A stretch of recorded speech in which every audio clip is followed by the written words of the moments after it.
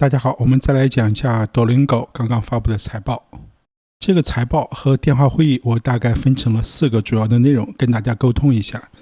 第一个当然就是增长，公司的增长非常不错，不管是每日活跃用户、每月活跃用户还是付费用户，增长都接近或者超过 50%。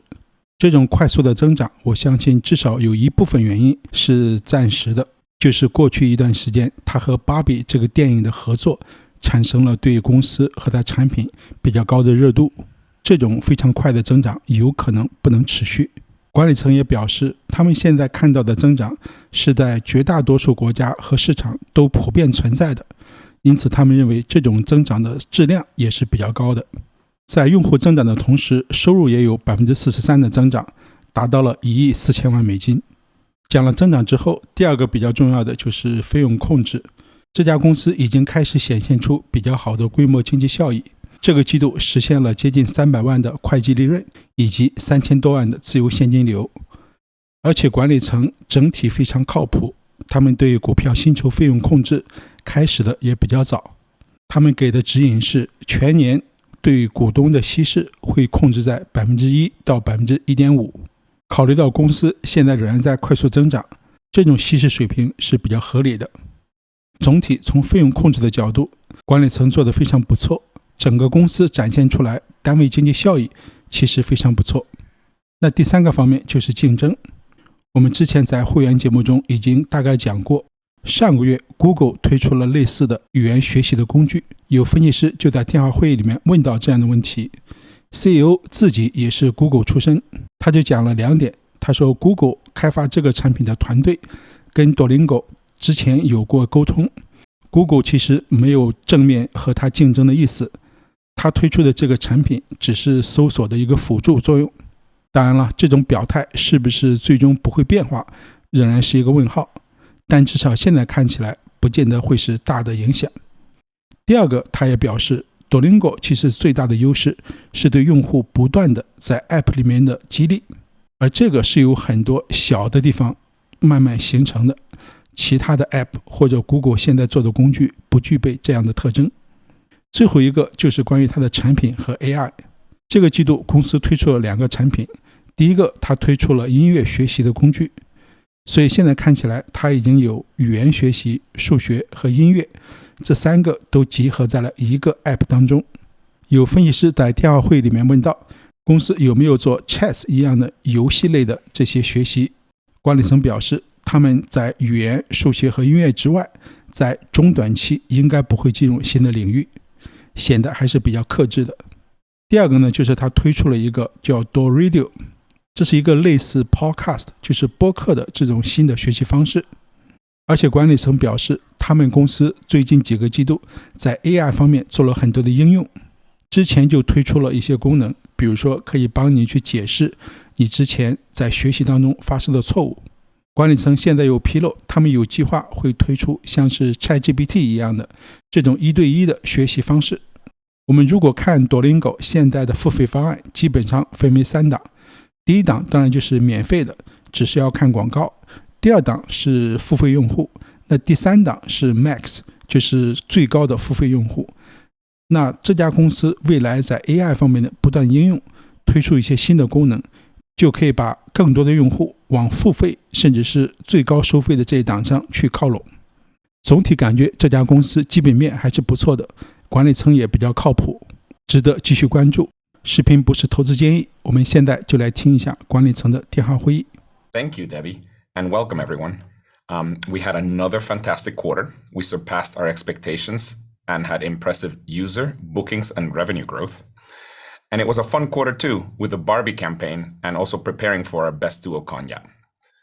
We also feel very good about the coming quarter, which is why we're raising our full year guidance to now reflect 40% year-over-year bookings growth. And we're also materially raising our full year adjusted EBITDA margin. Matt will share more details on our results and outlook shortly. Every year, we run thousands of experiments to make our products more fun, engaging, and effective. A lot of these experiments result in small wins that add up over time. If you look back at the past 2 years, you can see evidence of this in action. In Q3 2021, we had about 10 million DAUs, and this past quarter, we had over 24 million. In Q3 of 2021, we had 2.2 million subscribers, and this past quarter, we had nearly 6 million. The way we have done this has been through our process of making small changes, running a test to see how users react, and then doubling down where we see gains. We've also hit some exceptional home runs. For example, our marketing has been a source of extraordinary wins that were fantastic for the business, even though they are hard to predict. Think of our partnership with HBO's House of the Dragon, and most recently, our Barbie social campaign built around the inclusion of our trademark ding in the Barbie movie. The campaign generated 140 million organic social impressions, which is a record for us. To create the opportunity for both incremental improvement and home runs, every so often we make bolder moves that open up entirely new areas for experimentation. For example, last year, we redesigned the home screen of the app to give us more room to experiment with engagement, efficacy, and monetization. And earlier this year, we set out to create a multi-subject app experience by integrating our existing math course and a new music course into our flagship app. This change, adding math and music to the main app, is a good example to highlight. We did this to give our users an even more engaging experience. By adding new subjects into the main app, we believe we can more rapidly scale these new subjects with our gamification mechanics like streaks, leaderboards, and quests that have been so effective in the language learning app. As more users access these new courses, we believe it will increase their commitment to our platform and that they'll be more likely to recommend us, which will further drive organic user growth. It's clear that our strategy is working, as demonstrated by our exceptional growth. As I've said before, we can't expect to accelerate forever, but it's very gratifying to see that our product improvements and creative marketing efforts are resonating with our learners. And I'm excited about our ongoing innovation and look forward to all the energy that a new year brings. And with that, I'll turn it over to Matt. Thanks, Luis. I'll walk through how we did this quarter in more detail, and then I'll provide our Q4 and updated full year guidance. As Luis shared, we were extremely pleased with this quarter's performance, which exceeded our expectations, thanks to our team's continued strong execution. Our DAU increased 63% year over year to 24.2 million, and MAU increased 47% to 83.1 million. This growth continues to be not only rapid, but also high quality and broad-based, with strong growth from around the world, with improving free-to-paid conversion as well. Our total paid subscribers increased by 60% to 5.8 million. This continued strength in user and subscriber growth drove bookings and revenue growth of 49% and 43% year over year respectively, or 48% and 42% on a constant currency basis. Turning to profitability, we've made tremendous progress in expanding the bottom line as we continue to see very strong top-line growth coupled with cost discipline. Our net income totaled 2.8 million, compared to a net loss of 18.4 million in the year-ago quarter. We also posted an adjusted EBITDA of 22.5 million, or a 16.3% adjusted EBITDA margin. This is a roughly 14-point expansion year over year. This quarter, we capitalized additional R&D expenditures compared to Q3 last year, as we continued to innovate on Max and math and music. Excluding this would have led to an adjusted EBITDA margin expansion of about 12 points year over year. Based on our strong results and the trends we're seeing so far, we feel confident about raising our full year outlook and issuing the following Q4 guidance. For Q4 2023, we are guiding to $167 to $170 million in total bookings, $145 to $148 million in revenue, and an adjusted EBITDA margin of 19.8 to 20.8%. For the full year 2023, we are raising our guidance to $598 to $601 million in total bookings, $525 to $528 million in revenue, and we are updating our adjusted EBITDA margin range to 16.6 to 16.9%. Our full year guidance calls for 40% and 42% year-over-year bookings and revenue growth, respectively, at the midpoint. As a reminder, at the end of every December, we start a promotion that discounts our annual subscription. Since we offer this promotion only once a year, Q4 bookings performance has more seasonal variance than other quarters. Note that our guidance assumes current prevailing foreign exchange rates as well.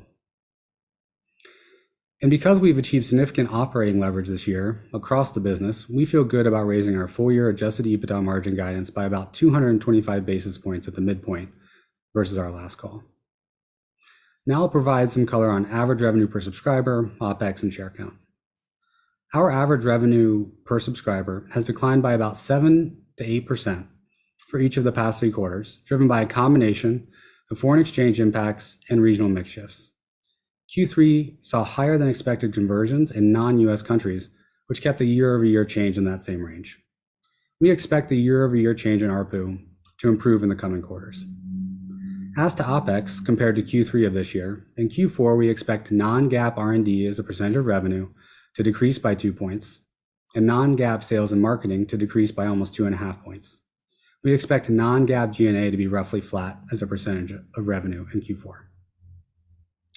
We ended the quarter with approximately 48.8 million fully diluted shares outstanding using the quarter-end closing price, and we expect to end the year with about 1 to 1.5% dilution from equity issued to employees. Finally, as Luis said a few moments ago, the last 2 years have been extraordinary for our business. Our user growth has benefited from compounding continuous product improvements, including home run improvements like we've seen with our streak mechanic. We have unlocked social-first marketing and have had some big brand moments like the Barbie movie. And we've also seen large increases in conversion from free to paid conversion. Looking ahead, we feel very good about next year. But as Luis has already reminded you, our user growth is unlikely to accelerate forever, and it may be hard to repeat some of the one-time events that have happened this year. Even so, we feel good about our ability to continue our strong top-line growth and make progress towards our long-term margin. And with that, I'll turn it back to Luis. Thanks, Matt. I just want to thank the team for all their hard work and dedication. We know we've only made a tiny dent in the massive market opportunity ahead of us, and we're just getting started. And now we would be happy to take your questions. I'll turn it back to Debbie to manage the queue. All right, thanks, Luis. As I mentioned earlier, if you have a question, you can use the raise hand feature. And your first question comes from Ralph Schackart at William Blair. Good afternoon. Thanks for taking the question. Maybe Luis, start with you. You've been public for a couple of years now, and you've seen some pretty extraordinary growth. And I'm sure some of this has been based on conservatism and the outperformance, and then the business is obviously doing really well. Maybe just kind of taking a step back, if you were to isolate maybe the top 1, 2, or 3 things that have really driven this, significant outperformance. That'd be really helpful, I think, for investors. And then I have a follow-up for Matt. Oh, well, thank you for the great question. Yeah, we've had really good growth, and honestly, it's exceeded our expectations. The main 2 things that have made us grow so fast. The first one is just product improvements. I mean, we run hundreds of A/B tests every quarter, and they compound. And so our product is just significantly better than it was 2 years ago. And so that's the biggest thing. Then the second biggest thing is we just got a lot better with our marketing. And the combination of getting much better with marketing and the product getting better has made it so that Duolingo has really struck a chord with this. It's like now part of the zeitgeist. And part of the reason that we've exceeded our expectations is because things have happened that, there was no way for us to expect. We could not expect that the Barbie movie was going to add Duolingo in there. We could not expect that, there would be SNL skits and stuff like that. So that, I think that's the combination of what has happened. I mean, we're very happy, but it's been hard to also forecast. Right. And then maybe Matt, in the prepared remarks, you talked about the potential for ARPU to improve. And I think, you'll be coming up on 2 years since you did some of the price adjustments in Europe. Just maybe get some color on how ARPU may improve going forward. Thank you. Yeah. Thanks, Ralph. So ARPU has been impacted by foreign currency. That's hard to predict.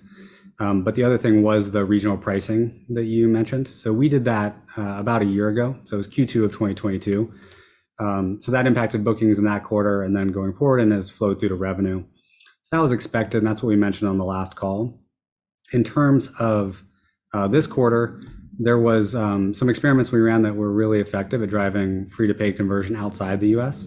So that kept it range-bound this quarter. I think the reason we continue to think we'll see improvements is the starting to lap the pricing changes that we did Q2 of last year.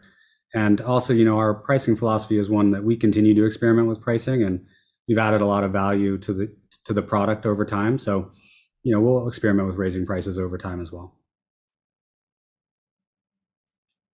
All right. Thanks, Luis. Thanks, Matt. Thank you, Rob. All right. Next question comes from Justin Patterson of KeyBank. Great. Thank you very much, and good afternoon. I appreciate the call out on experiments in the letter. Luis, as you've expanded the range of products in the core app to music and now math, how should we think about just the pace of experiments and A/B tests really ramping to really kind of optimize these new elements within the app? And then for Matt, the incrementals on the business remain very attractive, north of 50% margins within the Q4 guide. So as you're sitting here today thinking about 2024 budgets, but what are really the key investment areas that you're thinking about to keep driving this healthy growth going forward? Thank you. Thank you, Justin, an excellent shirt. So, you asked about math and music and what that's going to do to our experiments. So I think it's worth just saying, what we did, we had we still have a math app, and we've been developing a music course. We decided the best strategy was to put both the math and music course inside our main app. There's many reasons for this, but the biggest reason is that we can immediately take advantage of any positive change that we do in the main app for engagement or for monetization or for anything. Immediately you take advantage of those, because math and music are just going to be other courses in the app, just like French or Spanish. It's as if we were adding another language. So that will, what that'll do is it'll allow us to grow these courses or these subjects a lot faster than if they were independent apps. So we're very happy with that. Now, I should mention, and I should caution, the main thing that we are concentrated on for the short term is really making both the math and music courses more comprehensive and really work on them a lot. We haven't even launched them, and technically they are going to be launched to all our users on iOS starting tomorrow. So once we launch them, we're going to be working specifically on the courses. So I would not expect too much, increase in revenue in the short term, but over the long term, the hope is that the Duolingo gets known not just as a language learning app, but also as an app where you can learn math and music. So it'll start attracting users for that. And a lot of the monetization experiments that we run will apply to math and music. So that's the idea. My sense is that it'll probably slightly increase the pace of experimentation. And so that's basically answers your question. Great. Yeah, and to follow up on, budgeting in 2024, the amazing thing about the business right now is that the core business, we're still early in the opportunity. So we have tons of room to run. So the vast majority of our investment next year will be in the core business. Just to remind everyone how we invest in that, there's really 3 areas we invest in. We invest in growth, a bunch of engineers and product managers and designers who help design experiments to drive things like innovations in the streak mechanic or make the app more social. We invest in monetization, so driving free-to-pay conversion, and then we invest in learning to make our app more effective. That's going to make up the vast majority of our investment next year, just like it did this year. We have incremental layers on top of that we add. So we're investing in Max, we're investing in math and music, like Luis just mentioned. But I don't want folks to lose sight of the fact that the investment we're going to make next year is going to be like this year, which is in that core app, which has great growth momentum and a huge market that we're still growing into. Thank you both. Thanks, Justin. And this question comes from Ryan McDonald of Needham. Thanks for taking my question. Congrats on the nice quarter. Luis, I'm curious, with the integration of math and music into the core app, how do you start to think about moving forward about the experience for the learner, based on whether you're a paid subscriber versus a free user on math and music in the core app? And, how do you think about moving forward, incentivizing more consistent engagement or moving that MAU to a DAU over time? Yeah, so thank you for the question, Ryan. So, in terms of monetization for math and music, the way to think about them for now is it's as if they were another language course. All that applies to language courses or applies to math and music. So, for example, if you are a free user and you do the Spanish course, at the end of a lesson, you have to see an ad. Similarly, if you're a free user and you're doing the math course, at the end of a lesson, you have to see an ad. There's also a notion of also hearts, where whenever you make a mistake, you lose a heart. That happens in math, that happens in music, that happens in the language courses. So they're very similar in that respect. We're going to continue working on trying to monetize our users better by basically offering extra things in the premium subscription. So there may be, just like with languages, we have things like the practice hub or certain extra things. We're going to have extra things for both math and music. Now, I should remind, there's a lot of questions about math and music, which is great. We're very excited about math and music, but I should remind, for the foreseeable future, the vast majority of our business is in language learning. There's still a lot of room to grow in language learning. So the majority of the experimentation is still going to be there. So yeah, I think that's that. That's helpful. And maybe I'll follow up. This could be for Matt or Luis. I thought it was interesting in the shareholder letter about the experimentation you did on paid advertising this year and how that drove sort of a 50% increase in users on the platform. We'd just love to hear a little bit more color on maybe what you did differently this year that drove such a notable increase. Thanks.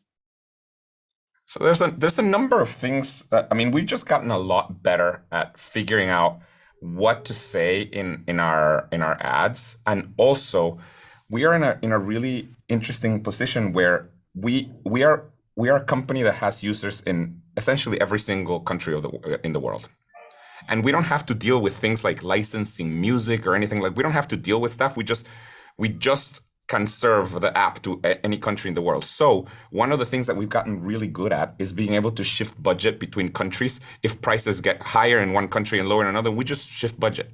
Because for us, it doesn't matter all that much whether a user comes from Vietnam or from Thailand or something. It matters in the conversion rate, but we have the math to figure out when it makes sense to shift budget from one country to another. And so we've gotten very effective at that. And that's something that not many apps can do, because for us, we just have users in every single country in the world. So it's stuff like that we just over time have gotten smarter at. I should mention though, we did that, but it is still, it is the case that the overwhelming majority of our users come in organically. This is, we have relatively small marketing budgets where we're doing that, but yeah, we've gotten a lot better at it. All right, thanks, Ryan. Your next question comes from Zach Morrissey of Wolfe Research. Great, thanks. So I just wanted to, double click on the user growth side of things. You've talked about the improvement in retention in prior years and quarters, specifically the current user retention rate. As you kind of think about the growth we've seen this year, it's obviously been very impressive. Can you kind of parse through how much of that has come from kind of improvement in the retention? And as we kind of look ahead to next year, how do we think about kind of room for further improvement in retention, kind of supporting user growth? And then second, just on competition, obviously the growth you guys are posting kind of speaks to your ability to kind of execute well. But obviously Google last month kind of grabbed some headlines, kind of entering the space. So if you could just kind of talk about your views on kind of the evolving competitive landscape, and more specifically how Duolingo's kind of competitive moats can kind of last relative to a larger platform such as Google, which has scale, data, technology, et cetera. That's a great questions. For user growth, we believe that the main thing that has affected user growth is improvements in free user retention. That's it. It's not 100%. Like I said, a lot of our marketing has helped too, but I would say more than 50% is just improvements in user retention. Current user retention rate is probably the biggest lever that we've had. It's not the only one, but it's the biggest lever that we have to move. We expect there's still a lot of room there for us to improve. Obviously, again, just like with user growth, you cannot improve user retention forever. You also cannot improve user growth forever. But we still think there's room there. So we're happy with that. In terms of competition, there was the headline about Google. Google, of course, is a company that we all admire. I spent a couple of years at Google. A lot of us have spent time at Google. The particular feature that made headlines is, the team that's working on this feature, which is a small research team, has been in contact with us. They are trying to do something to just make the search experience better for people who are in the language learning ecosystem. And one of the things that they want to do is start sending those users to apps like ours. So we don't see them really as competitive. And that's kind of one thing. The other thing is, and just in general for competition, we have a strong belief that the hardest thing about learning a language is staying motivated. And that is something that we really excel at. And we just don't see our competition, spending much effort. And that's certainly not Google, but, kind of the rest of our competition. And I think that's really probably the biggest thing that has made us grow a lot. It's because a lot of our users, we give them motivation to continue going. And that has done things, for example, we've quoted this stat before. In the US, 80% of our users were not learning a language before Duolingo. So, the reason we're getting so many of these users is because we have made learning a language so easy and so engaging that they just come. And so to me, that's the biggest moat. I mean, we have other things, the streak is a big moat. For example, people don't want to lose their streak when they go to another app. That's a big moat. Our brand has essentially become synonymous with language learning, particularly with younger users. So there's a lot of moats like that. But I would say the biggest one is just that we have a product that is more engaging and is getting more and more engaging the more users we have, because we can run more experiments. So that's kind of our view on it. Very helpful. Thank you. All right, next question comes from Alex Sklar, Raymond James. Great, thank you. Luis, first for you, this is a bit of a follow-up to Justin's question, and it's a bit early given you just launched music, but how do you think about the ideal content or course footprint within the main app? Is more always better? Is there an optimal level of choice that you found? And as you think about kind of future organic or inorganic content, do you think it will always make sense now to keep it in the one primary app? I'm not sure I fully understand your question. I mean, in terms of more, you mean more subjects or more general kind of hours of content? I'm not sure I fully understand. More subjects, more languages, or more, expansions into things like math or music or et cetera. Yep. Yeah, I mean, you're not going to see us expand in every single subject, at least not for the time being. I mean, in fact, you're not going to see us be adding more subjects other than math and music. Maybe we'll add a few other languages, yes, like foreign languages, but you are not going to see us add other subjects in the short to medium term. We're very committed to making math and music succeed. I mean, we haven't even launched them, so you cannot possibly say they are successful yet in the main app because we haven't even launched them. So we're very committed to making them succeed. Our belief is that there are things that make a lot of sense to learn with the Duolingo app. They're usually things that you can learn on your own, that take a long time to learn, where the thing that you're learning requires a lot of repetition. I mean, certainly a lot of the arithmetic and a lot of the parts of math, the way you learn them is through a lot of repetition. That's true for music, and that's also true for languages. So things that require a lot of repetition, that take a long time to learn, and also that we think will have a very large audience. These are the types of things that we will be adding to the app. Although for the time being, we're going to stay just with math and music. Yeah, I think that was your only part of your question, right? Yeah, no, perfect. Great color there. And then maybe just a follow-up, in terms of kind of tracking of at-risk paid subscribers, what did you see in kind of the month after you announced math and music in the main app in terms of kind of the usage of that cohort? Of people who are at risk?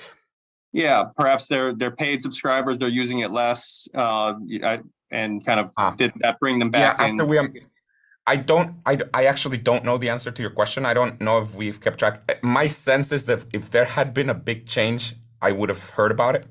So there probably wasn't a very big change, although I am answering here. I don't actually know the answer to your question. All right, great. Thank you, Oba. All right, next question comes from Andrew Boone of JMP. Hi guys, thanks for taking my question. Luis, can you provide us an update on Max? And what I really want to also dig in on for this is just anyone that watched OpenAI's Dev Day and understood your partnership there, but text-to-speech is just, it feels like it's coming. And so talk to us about what prevents that from coming to Duolingo, and how does Max start to evolve as just more of these tools become available? Okay, well, thank you for asking about Max. Okay, so just to provide color about Max. So we announced Max earlier this year. When we announced it, it is a higher tier of subscription. So we had free Duolingo, super Duolingo, and then Max. What we put into Max in this higher tier were two features based on generative AI, and in particular OpenAI generative AI. One was role play, and the other one was explain my answer. What we've been doing, and when we announced it, we said, look, this is a large feature. Usually for large features, it takes us about a year to roll it out to all our users, because in that time, what we're doing is we're giving it to a fraction of our users, typically at first a very small fraction of our users. We improve the feature, and then we give it to a larger and larger fraction, et cetera. By now, we're kind of halfway-ish from this. We have increased the rollout. By now, a significant fraction of our users on iOS that are learning either French or Spanish have access to Max, as in at least can buy it, so we present it to them. And the reason we've increased the rollout is because we feel good about the features themselves. We've improved both role play and explain my answer to the point where people are using them more, et cetera. So that's kind of one thing. Another thing that I think is important to mention is when we announced Max, we said, well, we're putting these AI features in a higher tier subscription, in part because we had to pay for them. But we also said we believe that the cost of using this, of putting these features on our app, is actually going to go down because, accessing large language models like OpenAI's, the price is going to go down, and we have already seen that. I mean, the price is actually going down. So what you're going to see us do over the next few months is, I think it's important to start talking separately about the fact that we have a 3-tier subscription and AI features. Because what you're going to see us do is we're probably going to be shuffling features to see, and experimenting each time, of course, to see what is the best place to put our features. So it may be the case that, explain my answer goes into Super as opposed to Max. And then we take some features from Super and put them into Max. So you're going to see us do that. And the idea is really to maximize the revenue that we can make, and also to maximize the amount of features that we give to our users, or value that we give to our users in a 3-tier strategy, without necessarily saying, well, the highest tier is AI. On the other side, for AI, we're going to continue developing these features because we're very happy with them. And so that's kind of what we're going to see. We don't have anything to say specifically yet about, how much contribution the 3-tier system is going to have, for example, for 2024 bookings. Because there's a lot of stuff a lot of moving parts. But we knew that when we introduced the 3-tier system, it was going to take us a while to figure this out. Your next question was about text to speech, which is basically speech synthesis from OpenAI. We have our own speech synthesizer. We're very happy because we made our voices for our own characters. So for now, we're probably going to continue with that because each one of our characters has its own voice, etc. Over time, if we see that OpenAI speech synthesis is very good, we may evaluate it. I'll use my follow-up to follow up on that. In terms of just their capabilities, though, right? Like, you clearly see somebody else that is now becoming conversational in terms of language. And so how do we port that progress back to Duolingo? Sorry, I'm not quite sure I understand. Within ChatGPT, it feels like it's becoming more conversational as you use it, certainly within like the premium tiers, right? And so the question is, how do we think about language learning starting to become conversational and really more advanced in terms of one-on-one tutoring? Oh yeah, we are definitely working on features that are related to that. You will see us. I mean, I don't have anything specific to announce, but we are definitely working on features that will feel a lot more like that, and you'll see us in the next few months start experimenting with them. Great. Thank you. Good. Thanks, Andrew. And the next question comes from Arvind Ramnani at Piper with an awesome Zoom background. I love it. Love it. Thanks. I had to kind of compete with Justin with his feature, right? So I guess my first question is, you have this very creative intros when you open up your prepared remarks. At what point do you take the group of analysts out here and you convert this into a whole video? We've been showing up for conference calls. You had Meghan Markle last quarter. When do we get our time? We're working on it, Arvind. Wait, Arvind, you want to be in one of our TikToks? Is that what you're saying? Yeah. This is a shameless ask. Anyway, we'll throw that in the hopper, Arvind. We'll throw that. Perfect. Cool. So, I wanted to ask about your product development roadmap, right? Like there are many ways you can go. You have, you could take your core language and, you come up with Duolingo Max, Duo Radio, and you have that kind of enhancing the core sort of language. And then, of course, like math and music is another very interesting vector. How are you sort of making the choices between like product enhancements on your core versus kind of expansion? Yes, an excellent question. The majority of the effort is going into the core. We believe, the language learning is a very big business that we are only scratching the surface on, and that is where we are the category leaders. We are not yet the category leaders for math or music education. We are the category leaders for language education. So we're spending the majority of effort on that. That said, what's nice about putting math and music into the main app is that a lot of the changes that we make to improve the core immediately help math and music. So, for example, we may make a change to make the leaderboards more exciting. Well, math and music are already in the app, so it'll immediately go into math and music. So most of the effort goes into the core, but some of that goes into math and music. And just to give you an idea, math and music, the total number of people working on math and music is like 50, which is a small fraction of our whole product team. So that's just to give you an idea. Right. And I guess are there any gating factors in terms of kind of investing? Is it like, you're trying to balance like profitability where kind of Matt's kind of keeping the purse strings a bit tight to kind of say like, hey, let's get profitability? And is it more like the people, like what's the gating factor that will allow you to kind of push on both? It's a great question, Arvind. The truth of the matter is that the gating factor is, I don't know why. I cannot explain this, but the gating factor for any kind of product development ends up being time. Is this funny thing where it takes like 2 years to make a good product. I've never been able to see something goes faster. And it doesn't help if you throw a ton of people into it because they just kind of step on each other's toes. The right way, I think, to grow a product is to start with a small team.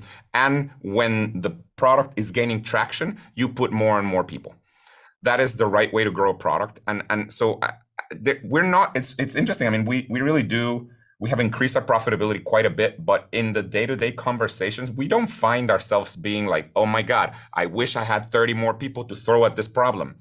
It's more just getting our act together on really, what it means to scale the content for math. What exactly do we want to teach for math next? And usually throwing more people at this just has not helped us in the past. So that the gating factor is it's kind of like it has to be a certain time in the oven. It's like you can't cook a cake much faster or bake a cake much faster. That's it. Yeah, terrific. Yeah, that's really helpful and phenomenal results this sprint. Thanks, Aaron. Thank you. All right, next question comes from Mark Mahaney at Evercore. Hey, thanks. 2 questions, please. First, I know you've had a lot of questions on math and music, so maybe something a little bit more niche-y. There was some news article about chess, and it just made us think about what about skilled games of skill categories like that? Like long term, is there an interesting appeal to including those somehow in the app? And then secondly, this bookings growth and the MAU and the sub growth is super impressive, but could you give us some color on where these new MAUs, these kind of almost record levels of MAUs and matched record level of new subs, where they're coming from? Are you just getting a flood of new people coming in from China or from India? Just help us realize what the source of these new subs and MAUs is, particularly from a geographic perspective. Thank you. Yeah. Okay. Well, in terms of the adding content to teach things like chess or things like games, you're unlikely. Well, for one, you're unlikely to see us to do that. For one, in the next, again in the short to medium term, we're not going to be adding more subjects other than math and music, because we want to make those really succeed. But in the long term, just me personally, and I think that's true for a lot of people that work at Duolingo, we're just a lot more interested in pure education. And so there's nothing wrong with teaching how to play chess or games or anything like that. I love chess, but it's just I think we're a lot more interested in just kind of pure education. Okay. So that's probably where you're going to see. For the second question, I'll let Matt take that one. Yeah. So as I mentioned in my prepared remarks, Mark, the beauty of our growth has been broad-based. So when you look at kind of the countries with the biggest MAU or DAU around the world, and you try to see, if user growth DAU growth has been around 60% for the past several quarters, what's the variation? Like, is the US growing fast? It's growing close to average. And then there's other countries that are growing above average, but it's broad-based. It's around the world.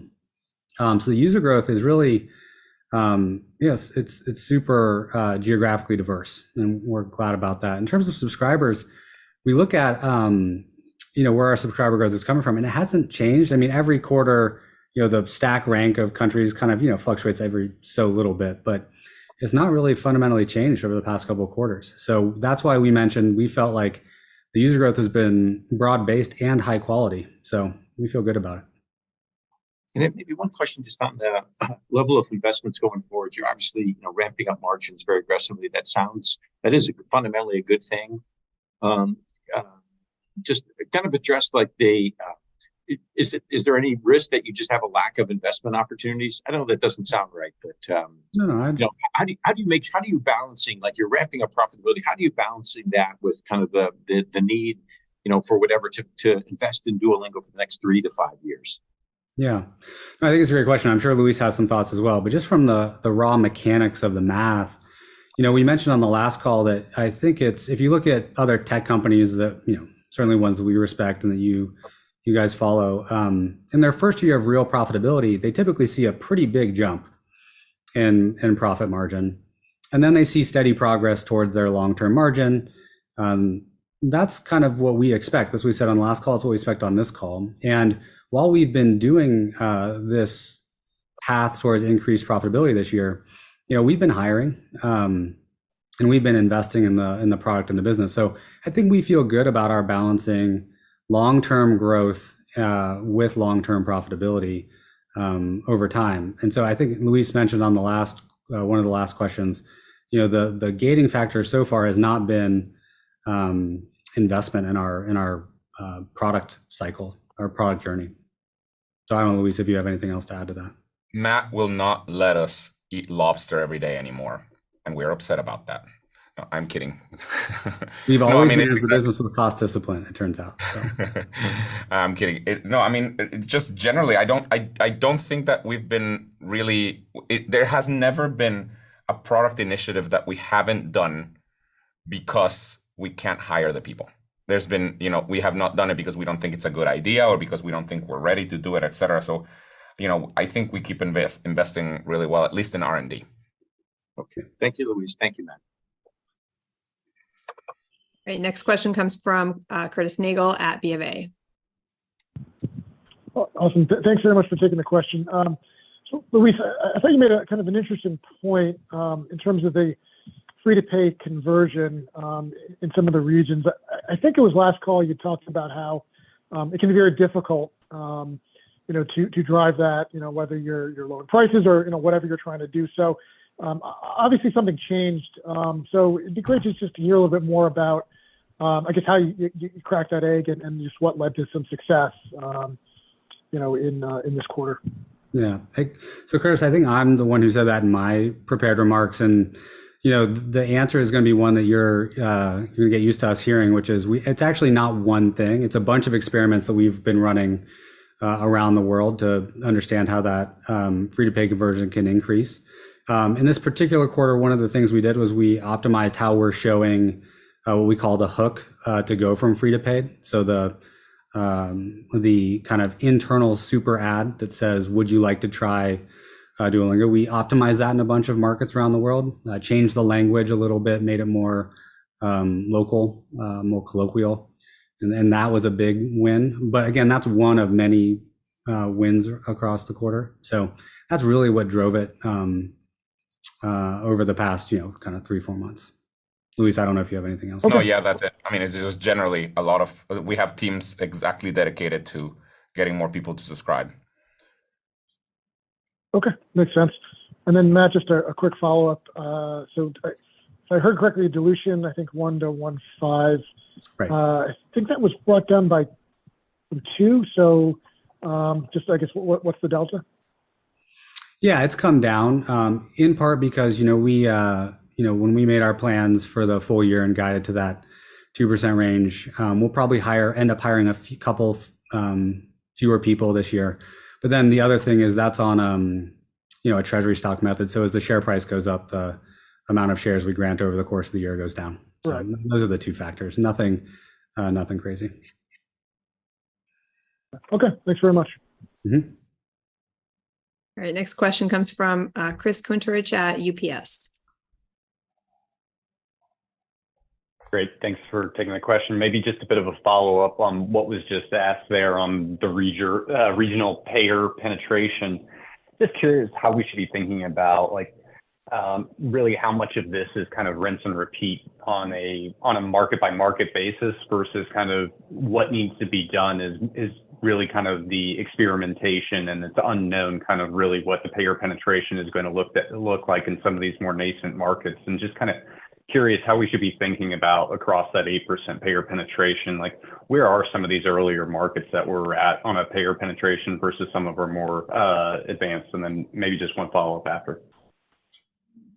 I'm happy to, I think it's a little bit of both. I think some of it is, look, there are some experiments that we're running that help payer penetration in every single country. It's just sometimes talking about or the exact language that we use is better, and we find better language to use that help the whole world.